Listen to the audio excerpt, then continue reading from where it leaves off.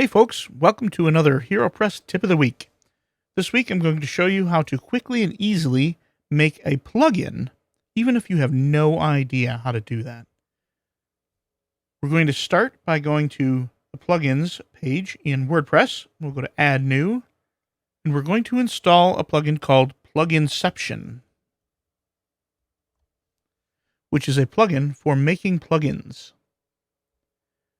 So we'll install it right now. Many thanks to Otto for this plugin because it's great. And activate. So there's activated right there. And now over on the left, we have a new menu item called Create a New Plugin. Let's click that. And the only really required element on this form is the plugin name. You can see all the others are optional.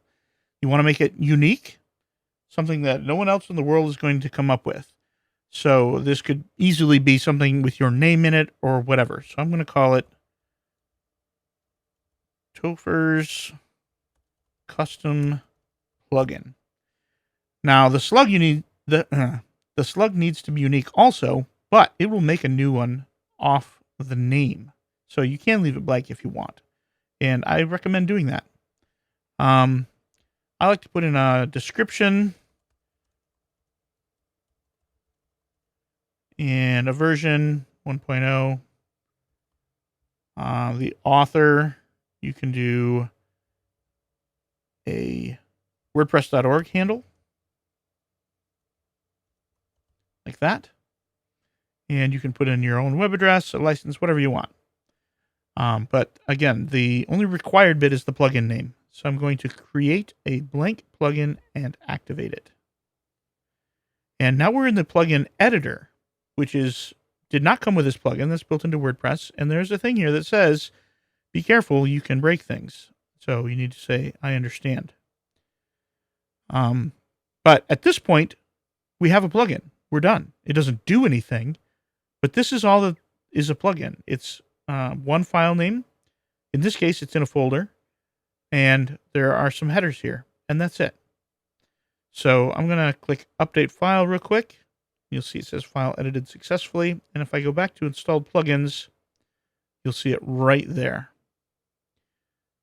Now, if you're going to edit this plugin, I recommend deactivating it, because if you break something and then try to activate it, WordPress won't let you. It won't let you break your site. So let's go back to the plugin editor. And over on the right here, I'm going to choose Topher's Custom Plugin. Choose Select. And here it is. And the reason you would want to do this is if you see in a forum or something a little bit of code that does something you want, and they say, put this in your functions.php file. You don't want to do that. That ties it to your theme. You don't want to do that. You want to put it in a plugin. So I'm just going to put in a little code here. Function, we'll call it Topher's header comment. There, now I have a function, and I want to print an HTML comment. So it looks like this. This site was built by Topher. And a little semicolon there at the end. And I want this in the header of my site. So I'm going to put in add action, WP_head, and then in quotes, the name of my function.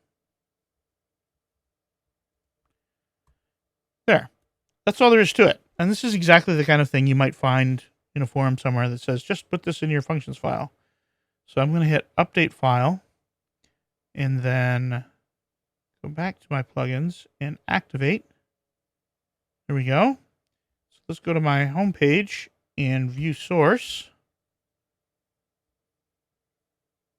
And I'm going to search for Topher. And you'll see it right here. This site was built by Topher.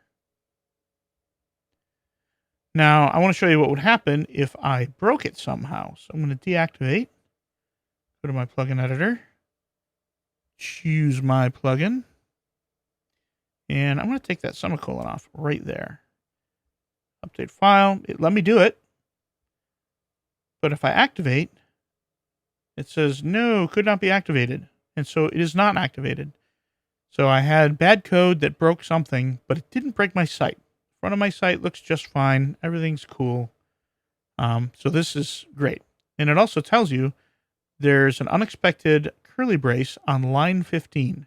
Here's a pro tip about PHP. The error is almost always on the line before it mentions. So we're going to edit.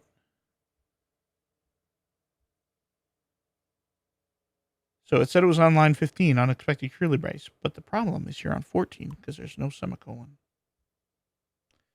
And there we are. So I go back, activate, and all is well.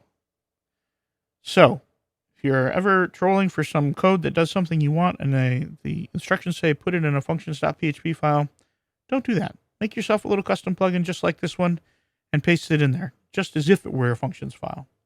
And it should work. And if it doesn't melt your site. I hope you find this useful.